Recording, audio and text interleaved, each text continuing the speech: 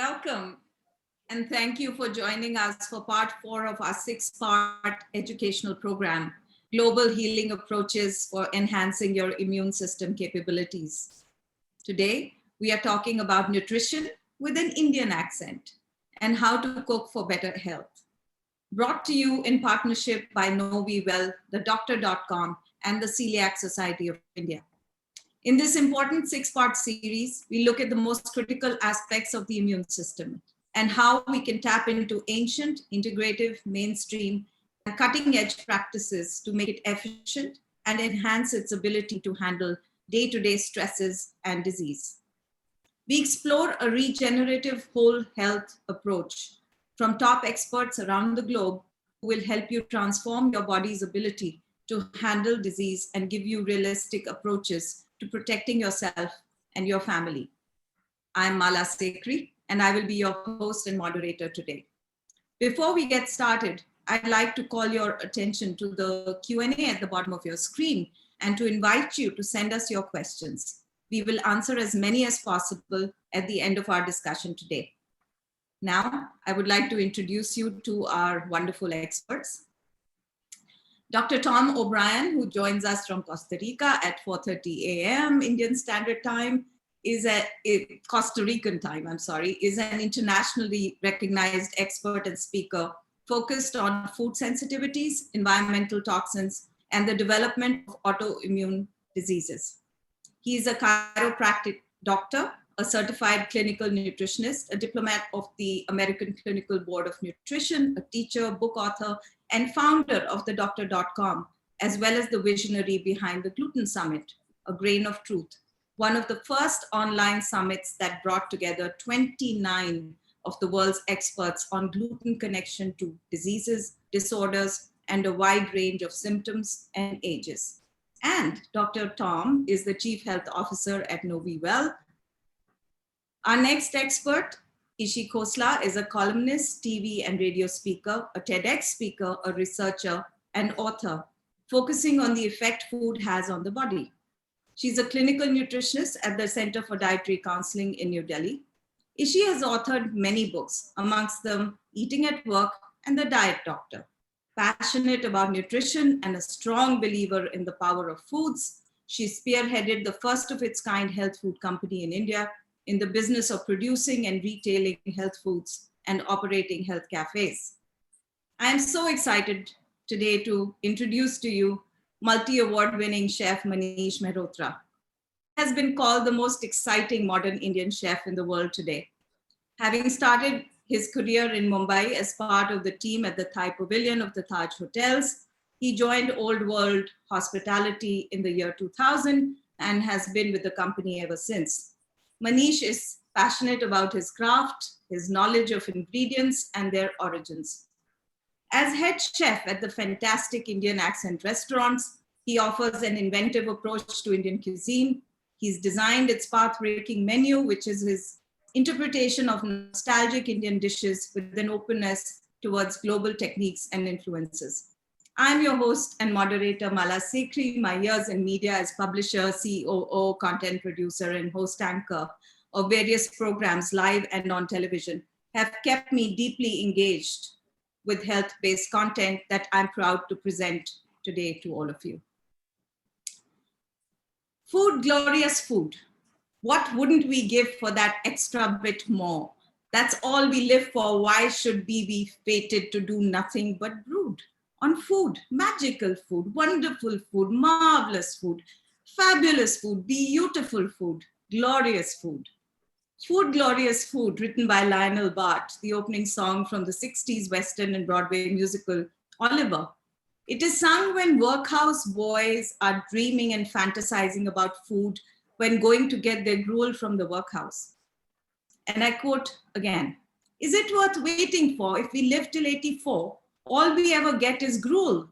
Every day we say a prayer. Will they change the bill of fare? Still we get the same old gruel."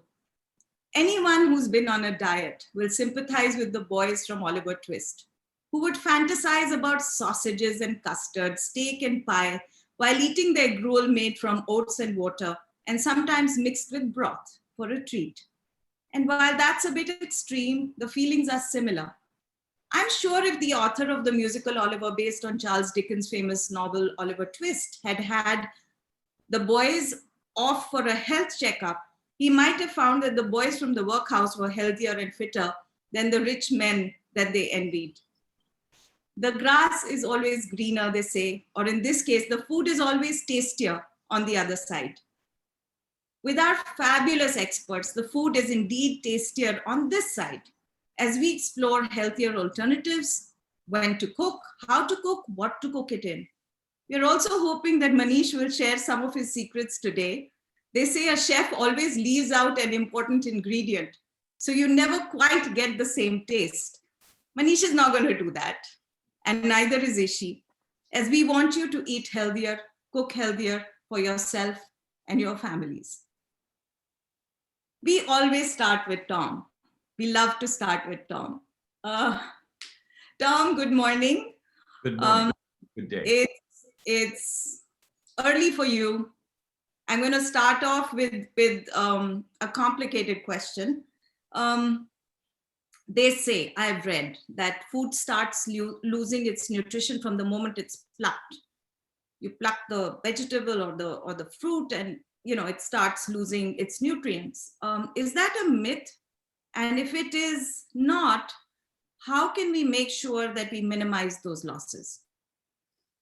Wonderful question to begin with, but let me start with your Oliver Twist poem. I mean, our breakfast yesterday morning was porridge or gruel. My wife is from Ireland and they call it porridge. In Ireland, in the US, we call it oatmeal, and in England, it's gruel. And I love my gruel in the morning. We put a little peanut butter in it, a little homemade applesauce, and so you can make it tastier in the midst of the quality nutrition. So it's not quite so boring. But now, in answer to your question though, yes, food begins to lose nutrient value when it's harvested, but it's a minimal amount. It's the preparation which determines more of the nutrient value, how many vitamins, how many minerals stay in the food. Or if you cook your vegetables in water, the water-soluble vitamins in the vegetables, you lose some of them to the water. So rather, you might steam the vegetables and you'll save more of the nutrients. The fresher the food, the more of its components are there with you. The more you cook it, the longer you cook it, in general principles, you lose some of the vitamins and the minerals and the polyphenols. That's the colors of the fruit and vegetable that we now know are so important for your immune system. That's why we always talk about the rainbow diet. That one of the focuses is to include many different colors of the rainbow.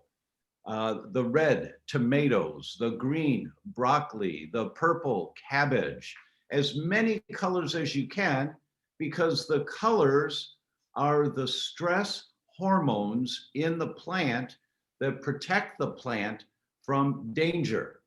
And in human bodies, those stress hormones called polyphenols strengthen our immune system and help to protect us from danger. So the more colors of the rainbow, the better, as a general principle. But specifically to your question, yes, if you cook your vegetables in water, if you boil them in water for a longer period of time, you will lose some of the nutrients, but it's still better than not having vegetables. So the primary of the food, the vegetables in your diet any way you can. And what's very exciting today is to have Chef with us to tell us how we can do it and make it taste tasty and exciting and not just plain gruel. Thank you, Tom. Ishi, just quickly coming to a follow-up of this, as a nutritionist, your interest would be to preserve as many of those nutrients as you can, right? So to make normal everyday fruit, vegetables, as nutritious as can be, realize their full potential. So can you explain to us what cooking methods help preserve or enhance nutritional values, if I'm framing the question right?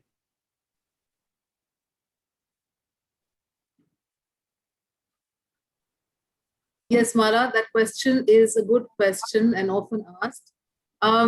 There are two aspects to what we are talking about. We are really talking about getting the maximum out of the food that one eats, and the other is minimizing any form of toxicities which can arise out of cooking. So there are two parts, and cooking methods in general, which are moist, which employ water to cook, like Tom said, boiling or steaming better will certainly preserve nutrients, but overcooking anything will destroy it, whatever the method it is. That's number one. Number two, so dry heat methods are good, but they also carry the baggage. Well, let me just explain what I mean by dry heat. It means things like grilling, roasting, baking, and barbecuing, etc. So, well, these do taste better. In most cases, they do taste better. And even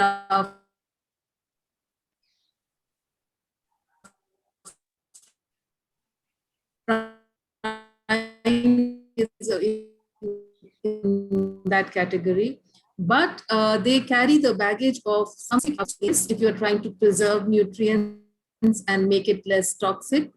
And to what Tom said is very, very pertinent. The idea is to eat vegetables. If you're focusing on vegetables, irrespective, some people will not eat vegetables if they're not tasty. So it is so important that if it means that you grill your vegetables or you barbecue your vegetables or you even deep fry your vegetables sometimes, if it means the child is eating or your family is eating some vegetables, I would give it.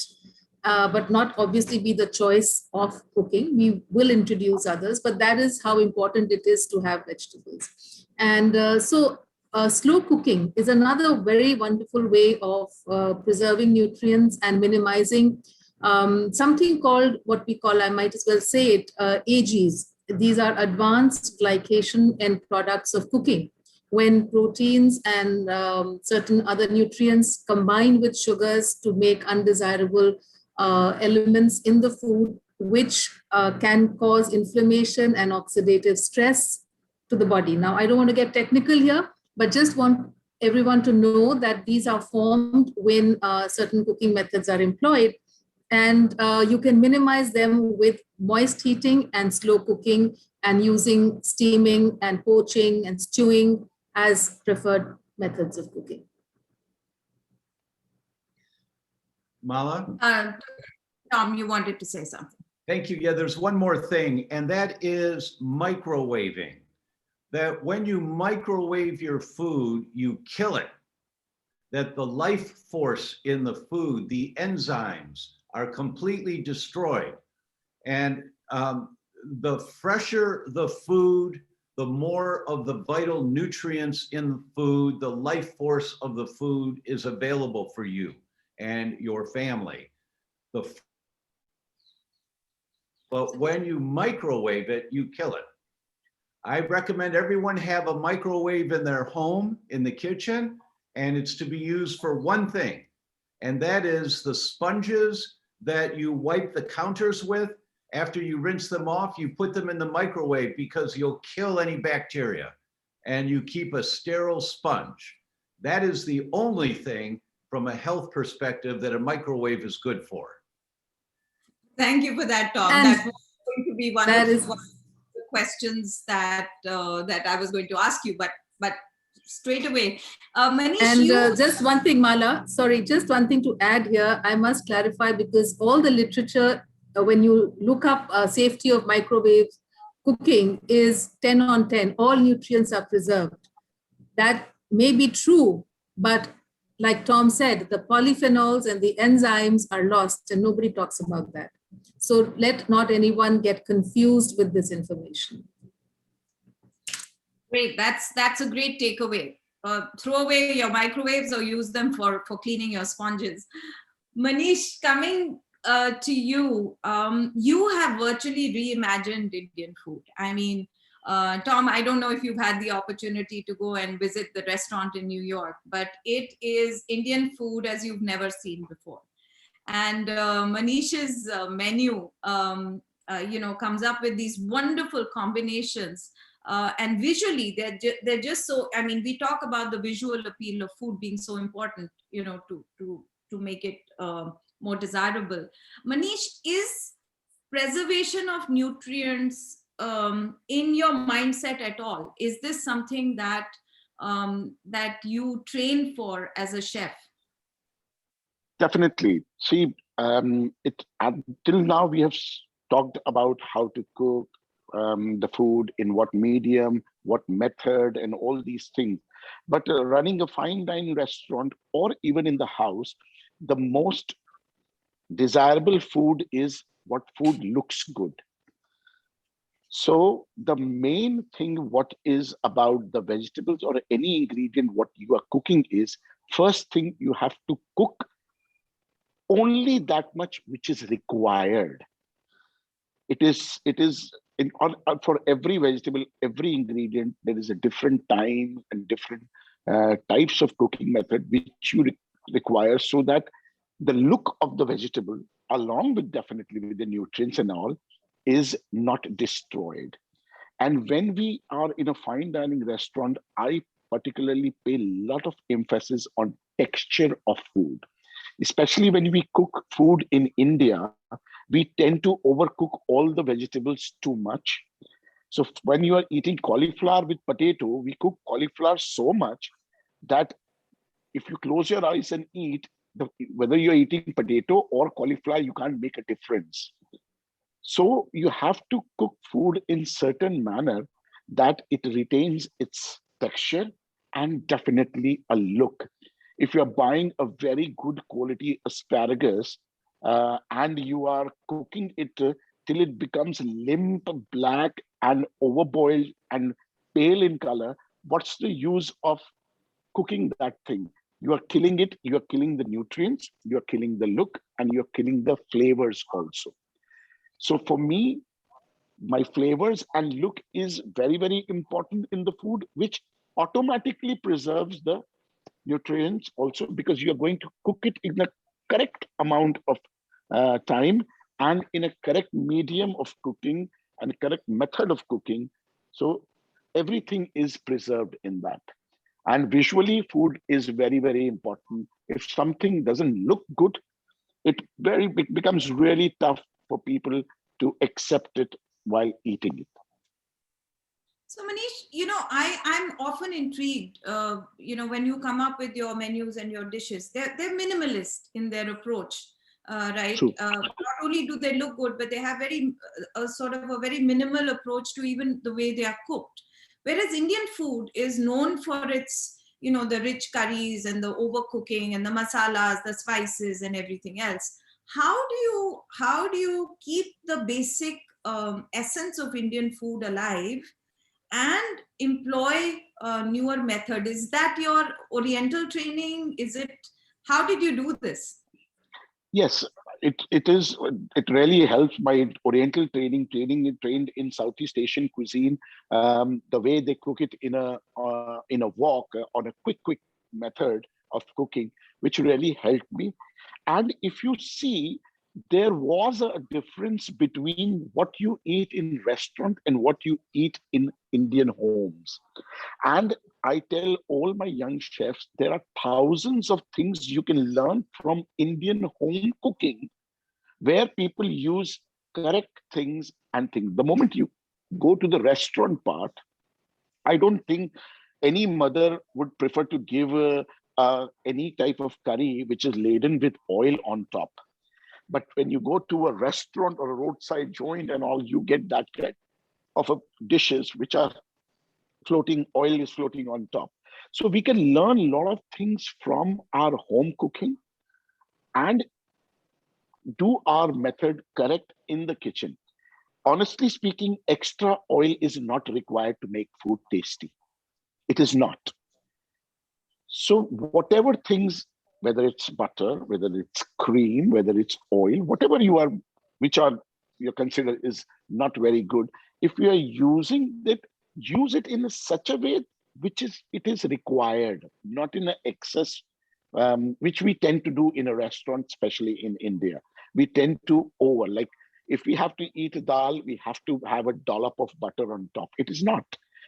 And in my restaurant, we make sure that every ingredient in a dish talks for itself, because every ingredient has its unique flavor.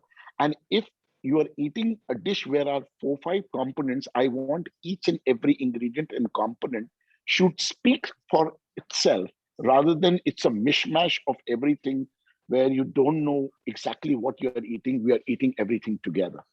So that is very, very important when we do that. Each ingredient talks for itself and has its own identity in the dish. That's really interesting. Tom, you live in a tropical country now. There is this whole debate on raw food versus cooked food, right? And they often say that one of the reasons why, in tropical countries, they came up with minimal cooking methods was to really avoid the spoilage of raw food. And while you can eat raw food in parts of the United States and Europe, it's not really advisable. What's your take on raw food versus cooked food? Well, in terms of vegetables, the fresher they are, the more nutrients are retained in the vegetables.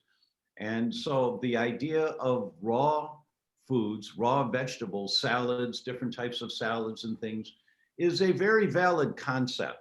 Now, there are some who take it to the extreme and only eat raw foods, or mostly vegetables, but some raw meats also. That's an extreme. And for some people, that might be beneficial. But for the majority of people, they've grown up with a particular way of eating in their home. And so what they are accustomed to, we have to keep in mind what people are accustomed to. We can have the healthiest food in the world, but if someone's not going to eat it, it's not of value to them. And so the idea of light cooking is much, much better. Now, it's interesting about tropical climates. Why do the cuisines of tropical climates have so many spices in them compared to more northern climates that don't have the same type of spicy, hot spices? Why is that? It's because the spices are antibacterial and anti-parasitic. So in hot countries like southern India, Mexico, Latin America, there's more spices used in the food because they're anti-parasitic. They help to make sure that you're not exposed to too much pathogenic bacteria. I personally, for many, many years, and I haven't done it for a long time now, but for many years, as I read the studies about cayenne pepper, the red pepper, the very spicy, hot red pepper, there are so many studies that talk about the value of it. I would put a little bit of cayenne pepper in every food that I prepared. Not enough to even taste. You don't have to taste it. That's the flavors are the attraction to eat the food, but the benefits don't require you to taste them. So I would put a little bit of cayenne pepper in mashed potatoes. I'd put a little bit of cayenne pepper in the hamburger meat before. I put a little bit of cayenne pepper in my salad, not to taste, but just to have little amounts, because all the little things you do accumulatively produce a healthier, supportive inside your body. Mm-hmm. Ishi, do you have a take on raw food? What do you think? How much of the proportion, because we eat a lot of salads as well here, how much of the proportion should be raw versus cooked? So essentially the difference between raw and cooked is, in particularly referring to vegetables, is that raw foods are far more rich in enzymes and certain vitamins and which are fragile. So raw foods are generally higher in their nutrient content, barring a few exceptions. But having said that, there is merit in cooking also. So I think it's a combination. Cooking destroys these, they are called heat sensitive enzymes, and they get destroyed with cooking. So we do lose out on that, but we also make the food more digestible and maybe make availability of certain nutrients better.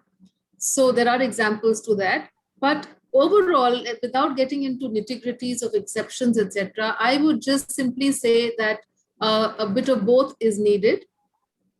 And if I would divide it for myself or my patients, I usually say 50% of your vegetables should be raw. But having said that, there are several people I know who are unable to digest raw vegetables because their digestive systems have weakened over years and they have other problems. So for them, there is a red flag. Raw vegetables don't do well with them and they can't handle it because it takes something out of the body to digest these raw vegetables. Probably a little more effort and more, it takes more energy. So, and they also do irritate the gut. Like I said, cooking makes the fibers, softer and, the starches are broken down and all of that. So certainly people who have digestive issues, maybe this proportion will have to be customized according to who they are, what they know, what they can handle. And by and large, people know what they can handle. And for them, sometimes when it's a complete no-no, then I tell them at least have some raw fruits. If they're non-diabetic, get that raw element from fruits because they are also loaded with the same kind of enzymes. So overall, I would say a 50-50 if you can manage it. And I think I probably, today, I also recommend raw, say, juices. Some people who can't handle too much of salad and they get bloated. There is a place for what we call vegetable juices, which helps them to get in a concentrated form, 7 times more available beta carotene if you do a carrot juice or a green juice, etc. So those are also ways of getting that raw element when you can't eat that kind of raw. But there is merit in it. To fruit juices, which will take up your sugar, right? One more rider here is the hygiene when you're doing raw vegetables, particularly when you're eating out. Please avoid raw if you're not sure of the hygiene, because they can be tricky and we, have some contamination which can set you off in the digestion. And also, when you're doing juicing particularly, try and have as organic as possible because you are concentrating the same stuff in a very small quantity. And so you are getting that much more toxic stuff in case you are using commercially prepared grown vegetables. So these are a few things which should be kept in mind. Manish, I'm not going to get you into trouble here, but I have to ask you these questions. I was talking to a famous hotelier who we shall not name, and he said, you know what, if I had a choice, I would never, ever touch the salad bar on my buffet. We will not name him. He said simply because we cannot ever make sure that if the buffet is sitting there for 4 hours, which is the time from the time you set it to the time it ends, we cannot give you 100% guarantee that, it's going to be completely, nothing will settle on it, etc., etc. We do everything we can, but we cannot guarantee it. Without getting you into trouble, is this a concern for you? See, this is a concern. This was a concern, but now the concept of salad is completely changed in the world. Earlier, salad was only about lettuces. And I was about to mention that what Ishinam said about the hygiene factor, especially places like India, where we sometimes have difficulty in sourcing things and all. So that way, the salad concept has changed, where now a lot of vegetables which were never used to be used in salad are being used. in different salad. So I have salad on my menu, but there is no lettuce in that salad. Now you have a lot of different types of microgreens which are grown in hygienic conditions. And like for today's recipe, I'm going to use sunflower shoots. You have different types of microgreens. Now it is easily available. And I find that all these seeds and all these things are way more nutrition if you eat just a commercially grown lettuce. So if you can incorporate that in your meal, and for my dish at Indian Accent Company, every dish will have some kind of a raw combination because it balances the flavor and it gives a different texture to the dish, the whole complete dish. And definitely it adds to the color and the look of the dish a lot. So raw vegetables are quite important. And salads, I would say salad is, people have to stop thinking that salad is just lettuce. No, salad is not only lettuce. Salad is a very, very wide range of things where you can be so innovative with different things that sky is the limit, I would say. Okay. Tom, very quickly, 2 of your top recommended cooking methods. Blanching, sauteing, whatever. What are your 2 top cooking methods? Yes, steaming, and for meats, not broiling,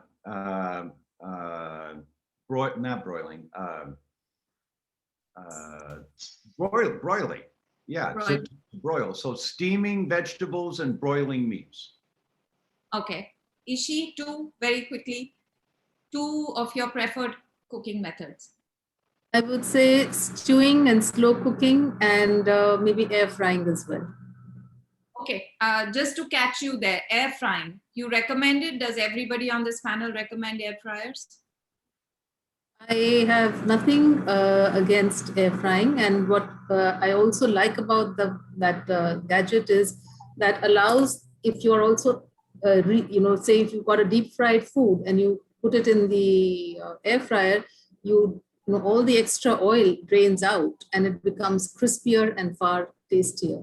So I'm all air for it. fryers, is that available? Do you use them? Me? No. Oh, me? You're asking me? I don't know what air frying is. Okay, all right. Manish, do you ever use it? No, in the hotel kitchen, air frying is a long procedure. And in hotel kitchen, it is not practical to have air frying and all. For me, my tandoor is my biggest gadget, I would say, which is great for vegetables and meats both. It works very well, and definitely steaming we do, which is again very, very important for all the vegetable. Either the quick blanching or steaming is perfect. Okay, so basically, would any of you recommend deep fried foods under any circumstances? Tom, we'll go with you first. On occasion, I will eat deep fried foods because I grew up with deep fried foods, but that's a comfort food for me. It's not a health food. I do not recommend deep fried foods. If an oil smokes, if you cook with an oil that smokes, you oxidize the oils, which means there are toxic components in the food that you're eating. So that's French fries, onion rings. Now, my wife made French fries last night in the oven. She baked them.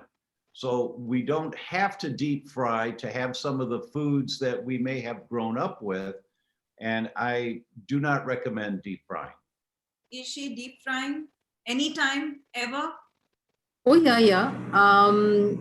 Like I said, I would use it to get certain vegetables in the family eaten, which normally they wouldn't eat. So certainly, but I would say that let's learn to deep fry in a healthy way, not commercially prepared deep fried food, and deep frying with the right kind of oil with a high smoking point, and not reusing that oil at all, discarding the leftover oils, and also draining the excess oil if you can, I mean, you can always have tissues and paper to drain out the excess oil.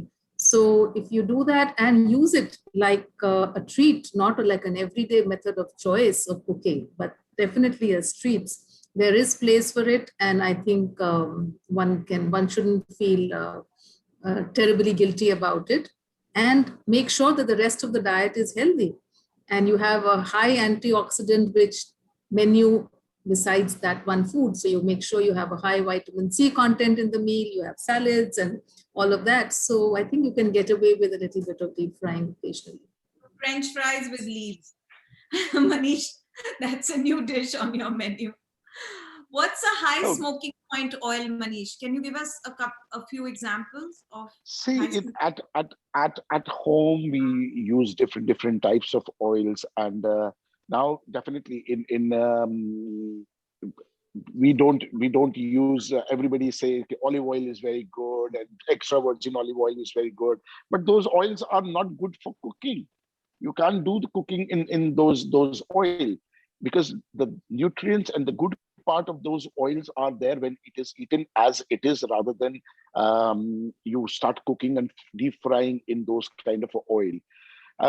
Frying is very important, and definitely when people go to restaurant, it is bit of an indulgence, which is very important for your day-to-day life and your survival, that you indulge in what Tom and Ishimam said. It's correct. Like when you indulge in something, you have to, you should eat, and but only thing is you have to balance it out with the other things. So for me, frying is very good. It's not bad at all, but you have, till the time you balance it out with something better, it's good. So one tip, if I may, with the permission of our experts, that I can give you is that I will fry something on a pan and put it in the air fryer, and it actually comes out the same. So pakoras, for example, which are dumplings, Tom, we will just fry them on the pan with a little bit of oil to bind them, and then put them in the air fryer, and you've got a low fat, not deep fried pakora. Well, that's an excellent concept. You know, the idea is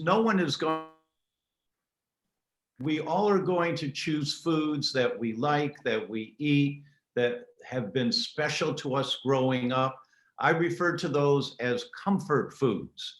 The problem is too many people are eating comfort foods every day, and they're not necessarily healthy for them.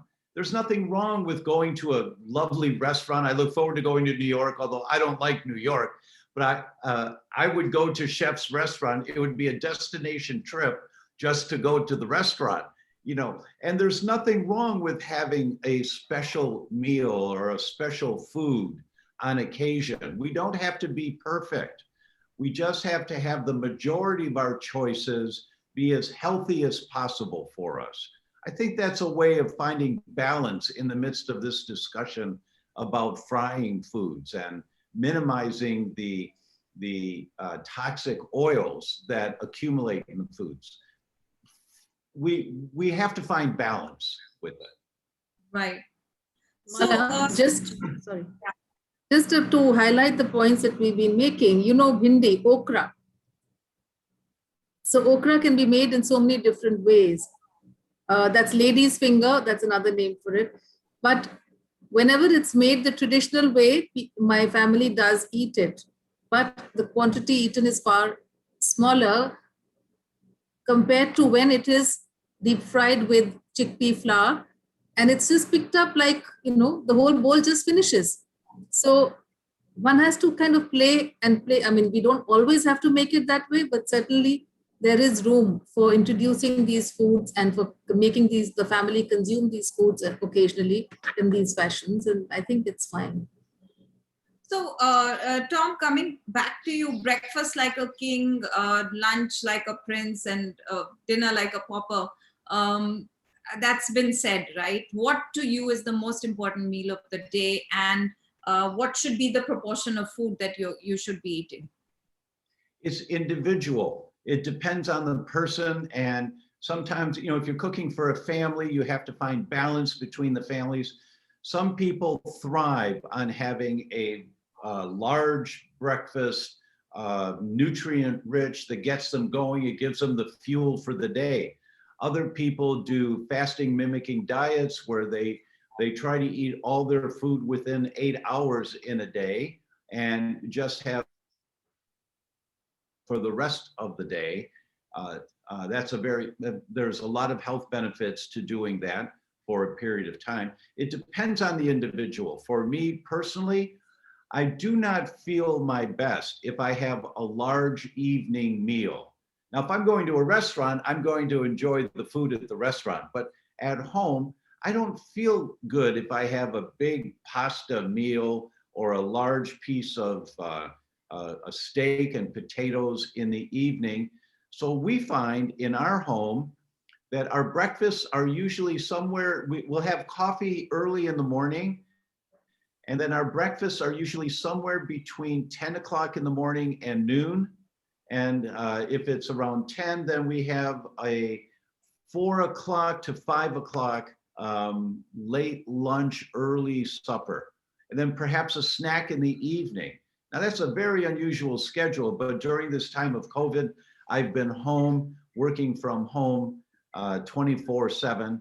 And so we've adapted this lifestyle. My point is everyone will find their own rhythm. What helps, once you've select foods that are healthier in general, and you learn some cooking tips from chef and the books that are out there, once you've got the ingredients and how to prepare the ingredients, the timing, you play with it and you'll find when does my body feel the best, at what time to eat different foods and what amounts. Ishi, Indians eat late. The rest of the world has eaten and has started drinking. And we start drinking and then we start eating, particularly at festival time where we eat at 11 o'clock, midnight, whatever it is. What's your comment, take on that? What should we do? Yes, that's absolutely correct. That's the way it is. But Mala, if you look at India as a whole, still in the rural areas, evening meals are not late. They eat pretty much with the sun, and everything is wound up by sunset. And it's only in urban India where westernized lifestyles are being followed that this is happening. And I think the drinking habit also is something which has been acquired by Indians as a part of the westernization. Unfortunately, what happens in India is the work culture. While in Western countries, work starts at 8 a.m., in India, work starts not before 10 and 11. So that is where I think the difference lies. In the West, people have to get to work in the morning and they have to wind up. So what would you recommend for Indians? What would you recommend? I mean, irrespective, I would always be for eating and then drinking, if at all. And that absolutely, I mean, there is no question about merits in that. And like Tom just said, that, it's individual, but there are certain principles which need to be respected. And we call it chrononutrition, that you follow the body's cycle, the rhythm, and you must respect the body's mechanism, which is already there. It's in sync, and we have to be in sync with our rhythm. We have it there. It's in every body that this is the time when every organ has a peak functionality. So similarly with the digestive system, there's a peak functionality. And if we go with that, it's clear that by 7:30, we should be done. And whatever happens after that should be minimal, and that is going to be taxing the digestive system. He just confirmed the fact he doesn't feel good. And that's the case with most people. And in my practice, the maximum hunger which I see with people is between 5 and 7. And 12 and 2. And that's the time one should really eat maximum. Now, when we are suggesting these things, it's obviously to respect the average majority of people. But, sometimes there are work issues and other issues. Let's keep that out. But certainly most people can eat by about, I mean, the most of the, whether it's a large snack, if they can't gather a meal, a large snack between this time, and then taper it down as it goes. And don't tax your digestive system after sunset, after 7, 8, 9. And really, that conforms to the Chakra Samhita, the traditional system of medicine in India. That's what is written there. The man who wants a long life must not eat grains after sunset. So it's very similar to what we are talking. And in that, if you talk about the hormones and you talk about the body clock, it's all in, it's perfectly in order to say that that rule must be respected. You can eat whatever time in the morning. You may be a breakfast person or you may not be a breakfast person. You want to eat a small breakfast or a snacky breakfast, but don't eat late. That will disturb not only your digestion, it will disturb your sleep and several other. You can only eat late when you go to Indian accent. Right, Manish? No, nowadays we start our restaurant at 6 o'clock. So you can come at 6 o'clock and also have a dinner at Indian accent. Manish, I'm extremely greedy today and I want to pick your brains for many, many, many things. And I'm sure Rishi and Tom will be fascinated by some of your cooking methods. So the three bad boys or kind of bad boys in our language is sugar, gluten, and dairy, right? So if we were to talk of sugar substitutes, Manish, what would you use while making your excellent desserts? How would you make them palatable without sugar? First thing, you have all the natural sugars, you get it in fruits and fruit syrups, which are fresh fruit syrups like that you can replace things with the market bought processed sugar. Today, what I'm doing it with the custard apple. Custard apple itself is very sweet, and the sugar content is good in that, so you don't have to add anything into it. And apart from that, whether you are using dates or you are using other fruits, mango season is there in India. You can use mango for different things. So naturally, I prefer to use fruits which can sweeten your dish without using any. And here and there, wherever you have to use something, then there are a lot of things, whether it's maple, whether it's dates, whether it's jaggery in India, what we try to replace it with rather than proper fine processed sugar what you get in the market.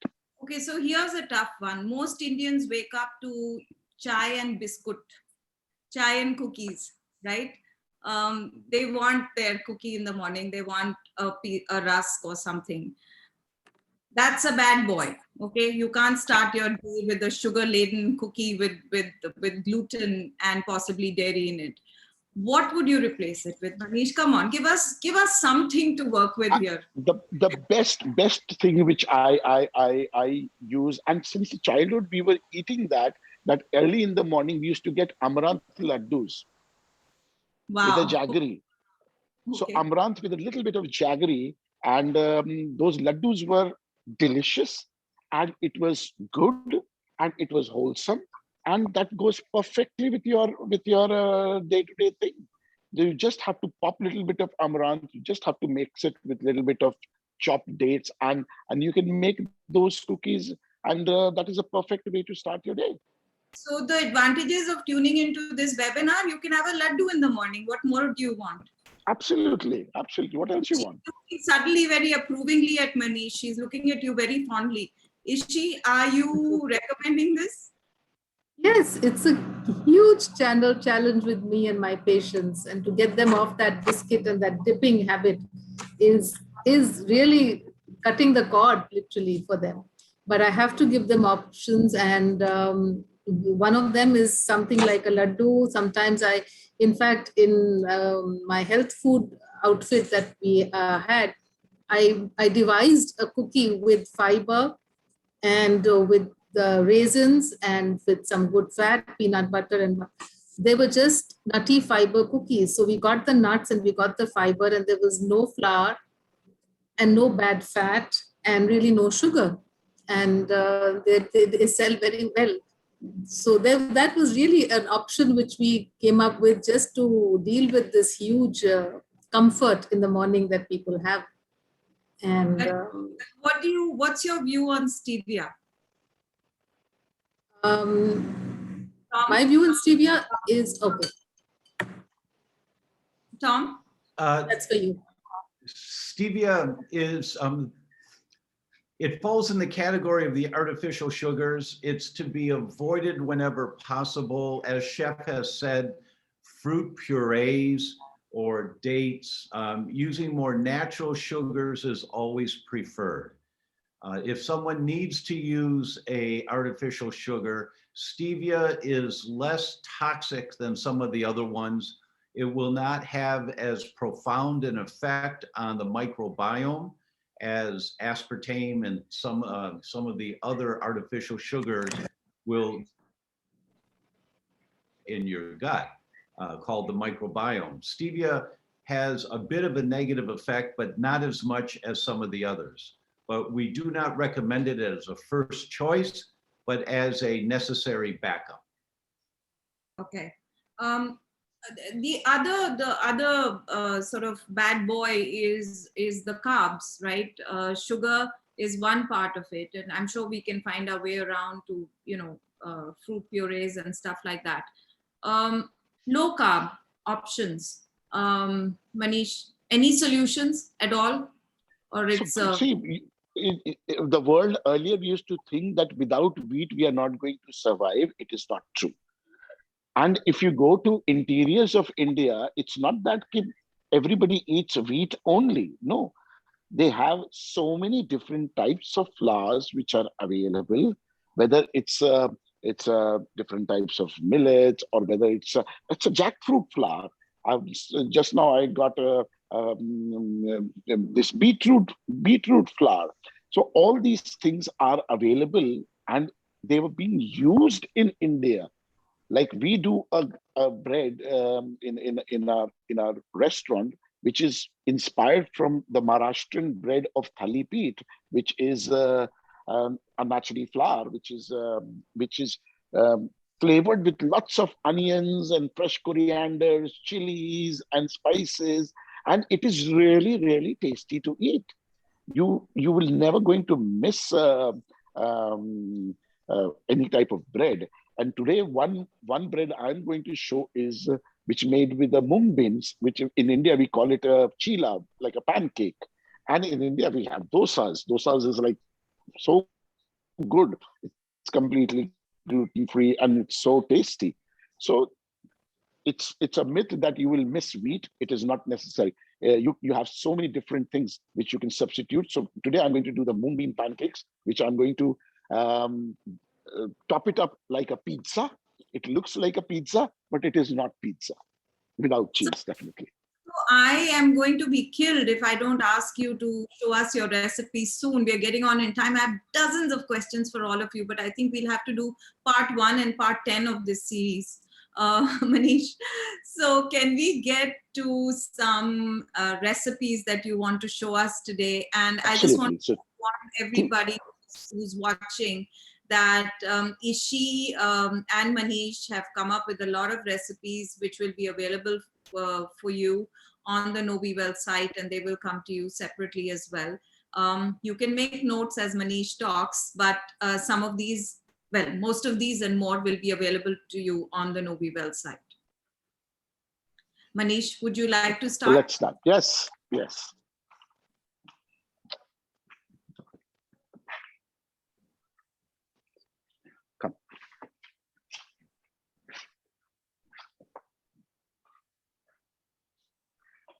So here, what I'm going to cook first is my pancake, which is with a mung bean flour and spices. This is the mung bean flour where I put a little bit of spices, chili flakes, a little bit of ajwain, that is like an Indian carom seed, and a little bit of our homemade garam masala. So it's just a little bit of water. this is made in every Indian household, but the way I am doing it is more interesting. So the idea is, when you have to, sometimes people associate that the things which are healthy is boring. It is not. It is not. And I'll make sure people don't feel it is boring. And the moment you start making health food, which is with the different elements and little more interesting, everybody will accept it happily.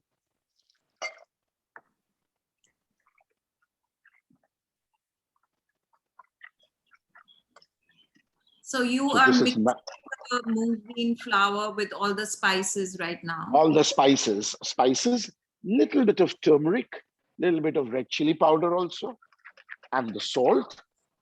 Mhm. You just have to make a nice consistency of a batter, which is like a nice Watery. consistency. Watery. It's slightly thinner than the cake batter, I would say. Okay. Yeah. My batter is almost ready, like this consistency. Mhm. I've made batter slightly thick because since I'm working on this pancake pizza kind of a thing. So Tom, does the Italian in you get excited? Very much. I'm coming to New York. You know, I'd point out while Chef is preparing this, that if you notice, he adds a little water at a time. He doesn't add a lot of water to begin with. And that's really important as you're mixing, so that you don't over flood it and you allow the flour to absorb and then absorb a little more and absorb a little more. Yes, Chef here is Tom. my pancake. Here is my pancake. I've given slightly thicker pancake because since I'm making it like a pizza, so it is going to be like pizza. Little bit of mustard oil.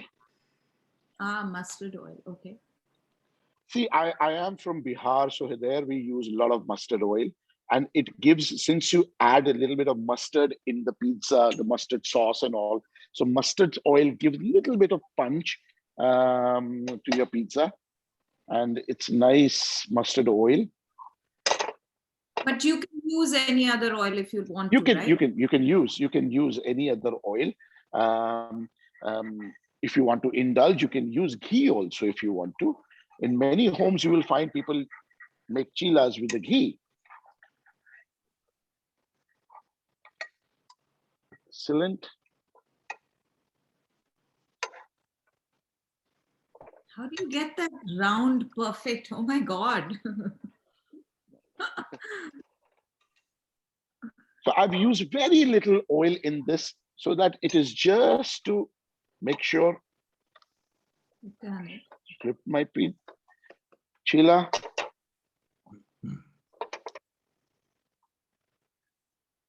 Make sure this is nice and cooked.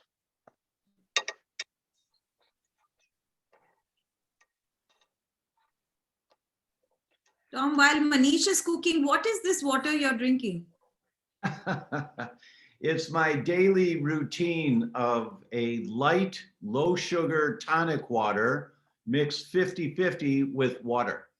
So ice, a slice of lime, tonic water, and to the top with regular water. Tonic water has a benefit to help protect your cells from viruses getting inside the cell. Tonic water escorts zinc inside the cell to protect your cells from viruses. So one more recipe. One more recipe, absolutely. So now my pancake is nice and ready. It's cooked. Mm-hmm. And now I'm going to, so this is, my pizza base is ready. Mm-hmm. Would you want to ask him what, is it an iron skillet or is it what kind of It's a an iron, pan is he using? it's an iron skillet, yeah. Okay. So As this is, against I'm using a Teflon, little which bit a lot of, of people use. Sorry. this is, I am using tamarind and jaggery mix, tamarind pulp mixed with jaggery. We call it a tamarind chutney. Oh, that's interesting. Wow. So it's just boiled tamarind with jaggery and red chilies.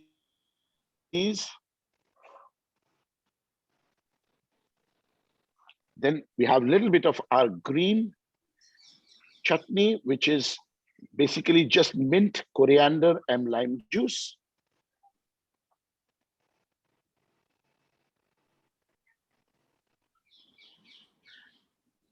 Piping bag, is that right? Yes. Now I'm going to add some pepperoni into it. Sorry, it's beetroot. It's beetroot. But beetroot is done in a pepperoni way. Okay.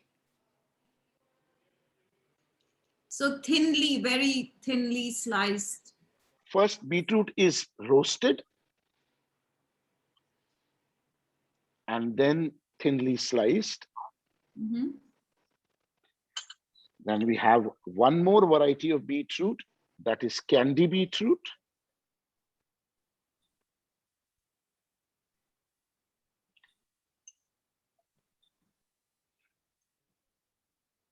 Tom, Manish is an Get a artist. tweezer.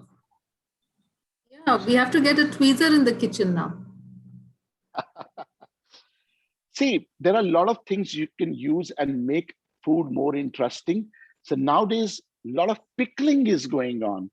You pickle a lot of different stuff. And I have a cucumber pickle.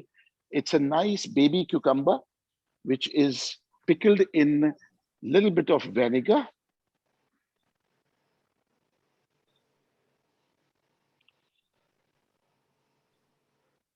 Tom, while Manish is doing this fermentation, right? Fermenting food, very important for the gut. A critical component. If you have just a little bit of pickled foods every day that have been fermented, you increase the amount of good bacteria going down to your gut 10,000-fold just by a little bit every day. Now, a Fabulous. little bit of spice mix, what we make it our own chaat masala, but you can, it's easily available everywhere. Then I'll put a little bit of avocados. Okay. And if not avocado, because not everybody has access, what would you use, Manish? If you don't have an avocado, that's not at all a problem. You can use a coconut-based yogurt or cheese, which will avocado. I'm just adding it gives a little bit of creaminess, because pizza you have cheese and also it gives a little bit of creaminess. And then I'll add a little bit of puffed brown rice. It gives a texture, the crunchiness, what you usually get is from the pizza crust. And last is a little bit of sunflower shoots. So some green. So we have pink, we have red, we have purple, we have green, we have white, we have yellow. So all different types of. And definitely I have to sell this pizza for 2,000 rupees. So then I have to add a lot of things into it. That's so honest. here we go. Here we go. Okay, fantastic. Yeah, So this looks amazing. What a simple thing to do. Just the creativity. the goodness of moong and the It's vegetables and the avocado, fantastic. So it's an old-fashioned home chila, home pancake, but you make it interesting. It is more appealing to people, and people are ready to accept, even the young generation also. Right. I'm coming for lunch tomorrow. Absolutely. So now the other second recipe is a dessert. Okay. So I have the custard apple. It's a nice ripe custard apple. Okay. And everybody is worried about how to take out the seeds. So I have a strainer, I have a bowl and a nice spatula.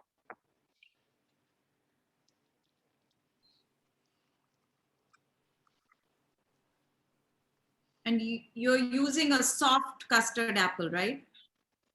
Yes, yes, yes. A nice ripe one, a ripe custard apple. It is a bit of a tedious work, but the thing is, it really helps. The flavors are really, so when you start pressing it with your spatula, can you see the pulps started coming from the next side? The pulp. Pulp, yes.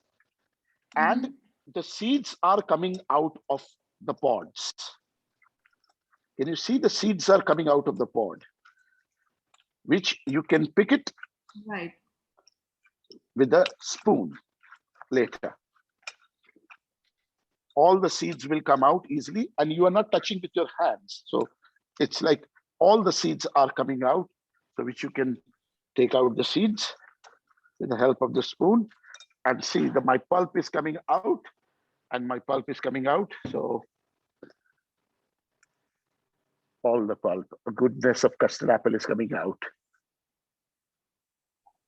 So this is how we take out different custard apple, and I have the custard apple pulp. I'll just get it. Oops. Sorry, yeah. So here is my custard apple puree, which is nice and sweet.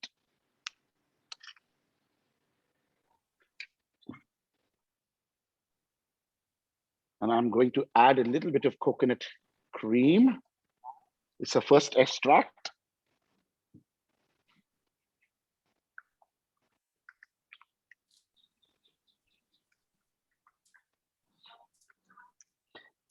This dessert is based on a very famous and iconic dish of Mumbai, where there is a place called Haji Ali, and outside Haji Ali, you get custard apple cream, sitapal cream. And I was inspired from that place, but how to make it without the excess of cream and sugar, this is the way we are doing it. So, Ishi, while Manish is doing this, coconut cream, right, is a good substitute for normal cream?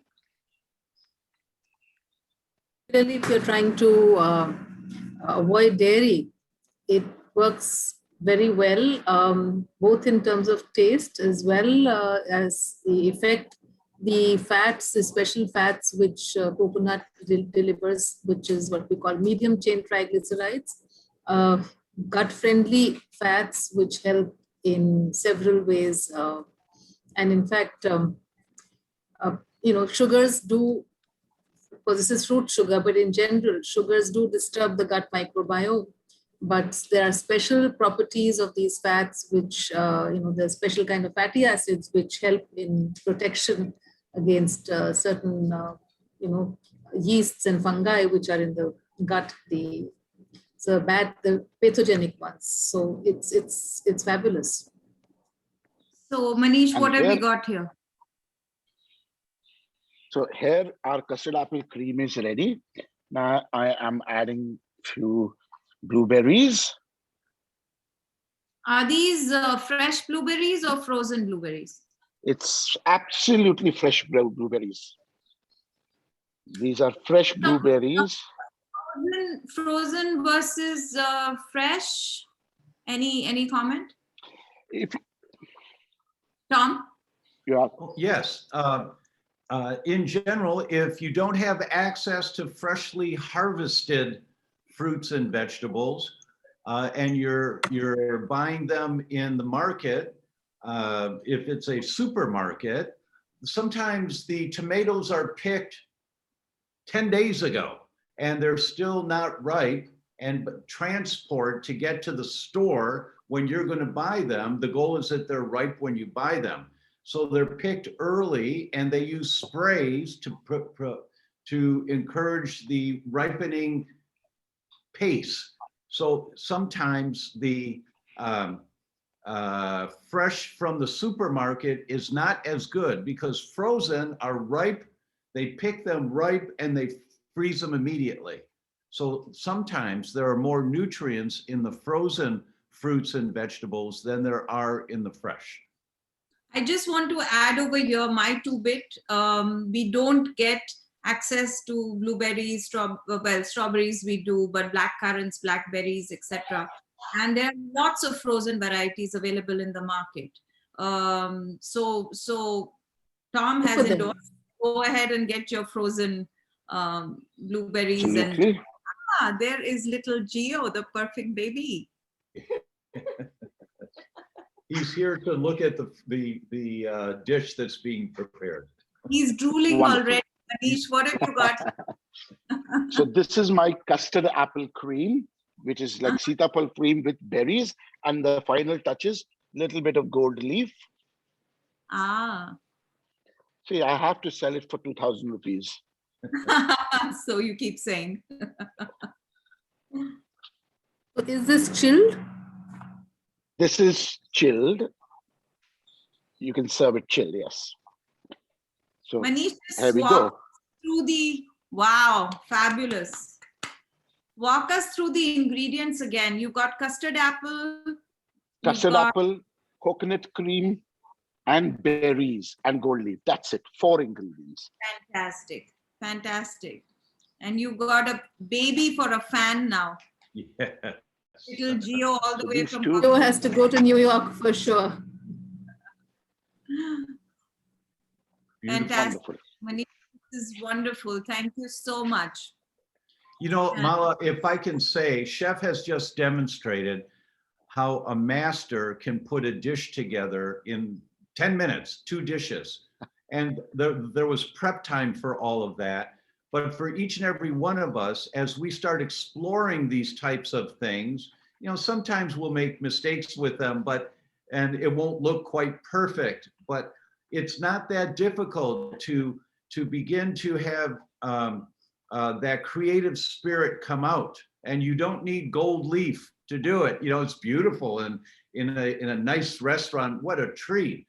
But he's demonstrated that with quality ingredients, you can produce delicious meals without too much effort. Mm-hmm. Yeah. Manish, with your permission, may I add one little recipe to this? Yes, please. So people's favorite comfort food in India is kadhi chawal. Tom, that's chickpea dumplings made with yogurt, right? And basically the same effect can be achieved by using coconut yogurt, which we make at home. And it gives it that little twist of the coconutty flavor to bring out the same creamier curry that you have with your rice or red rice or brown rice, whatever. So my 2-bit. Ishi, you want to talk about some of your brilliant recipes which you're going to share with everybody? Well, I'm going to add on to what you just said about the kadhi chawal. I've learned this from my patients that you can use kokum. Kokum is a tamarind equivalent of South India, or you can use dried mango, which is a raw mango, which also lends itself very well to substitute the yogurt, and or even amchur. It's called amchur powder, and even amla and lemon can substitute yogurt. And I've tried each one of them, and they are distinct, different, and really very, very, very appealing. So so many things, and you have Sindhi curry, and you have different kinds of curries in India. So they're great twists to the same thing. And you can add a lot of vegetables to them. Sindhi curry has a lot of vegetables. And just learned this from a patient.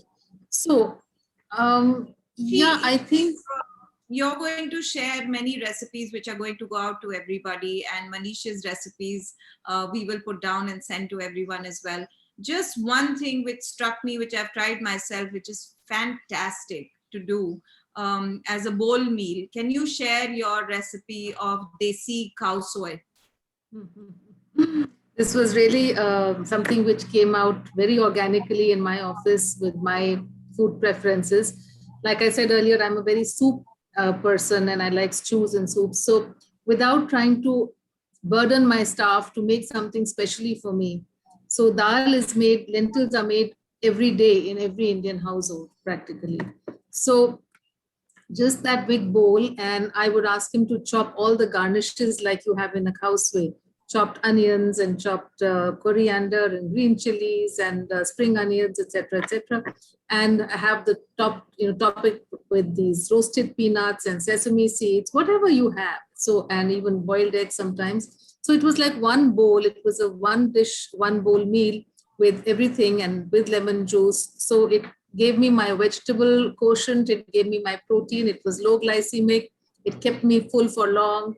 And so it was like a perfect a meal in a bowl for me, and very quick to eat and easy to do. So I would strongly recommend that. And you can do it with lentils, you can do it with pulses and legumes, whatever is cooked at home. So I really wanted to avoid the rice and the grains, and so this works very, very well.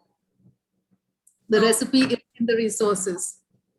Thank you for that, Ishi. Thank you, Tom, Ishi, Manish. This has been so amazing, and like I said, this 1 hour and a bit is just not enough to get enough out of all of you. There are just so many questions, and there are a few questions from the audience which I'm just going to pick and choose because we are running short of time.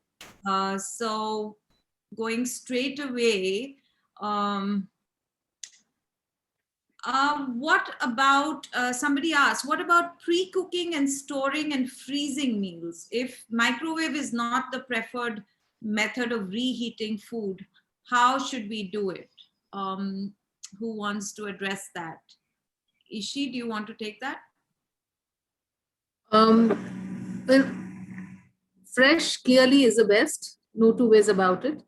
And if you can't do fresh for practical reasons, then you can cook and keep for some time. You can even freeze it, but depends on what it is. Say, for instance, if it's chapatis and breads, you can freeze. But the vegetables, etc., definitely fresh is the best. And if you can't do that and you're keeping it inside, then just make sure that when you have your meal or on the same day, some other time of the day, have something fresh to make up for that. And I would, or just sprinkle some lemon juice or, something fresh in that meal must be there. Okay, just as a follow-up to that, is pressure cooking okay? Does the high heat kill the nutrients? No, in fact, preserves the nutrients because the length of cooking time is to a fraction of what normally it is. Okay. To the contrary. Okay, there is one. What if we are working mothers and we have only ready-to-cook commercial foods? We work late at night and we have no option but to eat late. What should we do? Tom, you want to answer that question? That's a really good question because it's boots on the ground reality check. Hey, look, I'm a working mother. I get home late. What am I going to do here? And you're trying to juggle life, and you always want the healthiest option of what's realistic that you can do. For example, on the frozen food issue, when I'm wanting to eat something that was frozen, I take it out the night before and I put it in the refrigerator so that it begins to thaw overnight. The temperature is not as cold, it won't stay frozen. And then I'll saute it in a pan. But for a working mother who's doing prepared foods only, in that situation, you're doing the best you can. That's when you want to do a little more supplements. And if you look at the concept of smoothies, which is in all you need is a blender and a little coconut water, coconut milk, and some protein powders, and you can add greens to it. There's a world that you can begin learning of how to make almost like a meal in a blender in 5 minutes to supplement the prepared foods that because of time you're forced to serve for you and your family. Okay. Manish, there's obviously somebody with a sweet tooth who says, how can we make mithai without all the ingredients? A Bengali sweet, what is the best way that we can make a healthier version of a mithai? Definitely you can. Definitely you can't do gulab jamuns, jalebis without sugar and all. But definitely in Bengali sweet, the basically khoya based or chana based, which is like a sandesh or kalakan and all these things.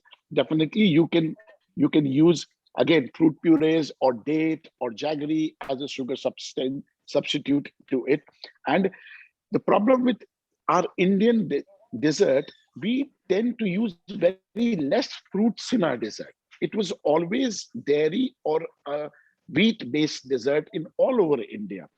So we have to change that, and we have to incorporate fruits in our dessert and treat fruit as a sweet thing, which you can use it after meal. So that is a bit of a change of a habit, which we have to incorporate in our day-to-day lifestyle, that how you incorporate these things in we make a very nice like a khoe ka barfi with a date syrup, which goes as one of the component of our besan halwa tart, and it works very well.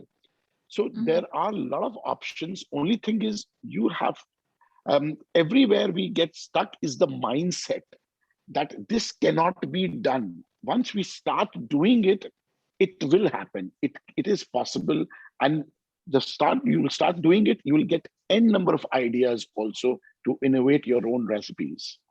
Manish, you're like an inspiration for so many people because you've broken all the rules and you've come up with completely innovative stuff. Pomegranate juice and golgappas. Wow! I mean that's amazing. Blue cheese naans. I'm hoping that you will convert that to gluten-free blue cheese naans. So whenever you are coming, we'll serve you gluten-free ones. Tom, are you a proponent of honey? And what is the difference between honey and normal honey and Manuka honey? I don't know the difference between those two, so I can't comment on that. Honey is a much safer sweetener to use than sugar and adds a unique flavor to some dishes. As always, you want to regulate the amount of sweeteners that you're using. You learn this over time. I mean, I was a baker in my 20s, and when we take the bread out of the oven, I'd slice off a piece while it was still warm, and I would put peanut butter on it, pour honey all over it, and then put slices of bananas on it. Wow. And it was delicious, but it was a blood sugar time bomb. I developed hypoglycemia after a few months where my blood sugar was just roller coastering. Well, it's honey, it's healthy for you. But anything in excess is not healthy for you. You know, you'll learn to use a little bit and get enough of a sweet flavor that you're satisfied. Manish, substitute for breadcrumbs. We all use breadcrumbs to coat, cutlets and tikkis and all of that. Can you give us a good substitute? Again, poppy seed, amaranth seed. Amaranth seed becomes really nice and crisp when you do, and then potato can be a very good. Potato flakes can be a very good substitute for covering. Poha, that is the pounded rice for all your things. Pounded rice is so good if you coat your tikkis and all these things in a pounded rice. It is again if you don't want the bigger pounded rice, you can just churn it just churn it in a mixer a little bit so that it's broken in a smaller pieces, and that is perfect substitute for the breadcrumb. Ishi has a secret. Tell us, quick. No, I exactly the same thing. And even things like puffed rice or, beaten rice works very well. And even sesame seeds and nuts sometimes work very well. You can use that. But the rice bit really gives you an edge because it's crispy. And just to take on two things which were left out in my head for the question on what should a working woman do, I personally feel a slow cooker is the answer to all these questions. Sometimes, you just leave the house with the slow cooker on and you don't have to do, it's a no-brainer. You can put everything that you want to eat and put some water and leave it there, and it's a wonderful solution for anyone who has no time. And talking about the honey, Manuka honey definitely has an edge over regular honey. It's a honey from New Zealand, which is very special to that area, which has something called unique Manuka factor, UMF, because it has some special antimicrobial properties because of something called MGO. That's not relevant, but certainly it has a certain edge over its normal counterparts because of its the special components which are antimicrobial. And it's very, very powerful and good for treating infections and been tried in several research studies as well. But honey is good irrespective. You don't have, and Manuka honey is frightfully expensive. You can keep a bottle when you're very sick to have use it. But regular honey, if it's pure honey, has huge benefits. Unlike, as a practitioner, I treated it like sugar because we break it down into glucose, fructose, all of which we are wanting to avoid. But it has those enzymes which Tom spoke about, and it has some certain other components which are actually antibacterial, they are immunomodulatory, they are anti-cancer, they are anti-candida. So there are benefits, huge benefits with honey, and it should not be treated like sugar. Of course, if you have diabetes or a weight problem, you need to limit it, but it's a wonderful substitute. 5:30 in India, and we're going to get into our kitchens right after this. Thanks to Manish, Tom, and Ishi. And Manish, a lot of us are going to be headed to Indian Accent, whether in New York or in New Delhi. So thank you for your time, and thank you to everyone who joined us today. We look forward to returning next week on August 3rd for part 5 of this 6-part program. And our next session is Don't Worry, Be Happy, with Sister Shivani Brahmakumari from the Awakening with Brahmakumari television series, and Dr. Christopher Willard, psychologist and mindfulness lecturer at the Harvard Medical School. Our expert panel will be sharing simple techniques to manage stress, the power of positive thinking, and how to stop worrying and start living. Please look for an invitation in your email for how you can learn more and register for this program on August 3rd. As a reminder to our viewers, as part of your Know We Well regenerative whole health benefits, you can connect with our experts in the Know We Well community, including access past episodes from the series, the related handouts and resources, as well as over 40 growing education programs and evidence-based resources. Thank you again for joining us today. Take care, stay safe, and we will see you again really soon. Thank you. Thank you. Thank you. Thank you, Chef.